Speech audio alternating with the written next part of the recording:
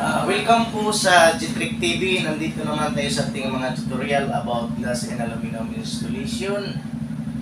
Ang pipresyohan natin ngayon ay ang grills sa sliding.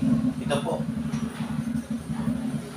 Ang round tube niya ay nasa 3/4. Yung steel bar niya na silalim ay nasa 12 mm. May steel bar to, nakabaon. Tapos yung 1x1 yung aluminum niya. Para sa sliding to natin sa grills. Ito. Para dito. Okay. Yan. Grills. At ngayon, ipresyon natin kung magkano. Ang sukat niya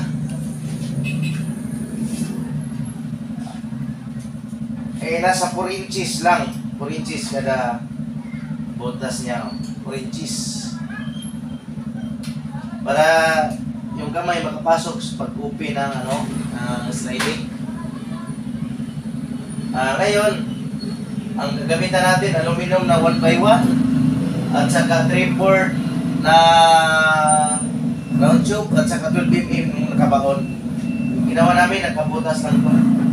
Tapos, ang presyo nito, ang sa standard size lang na window na 120 by 120 cm ay nasa 4,320 pesos ang presyo nito.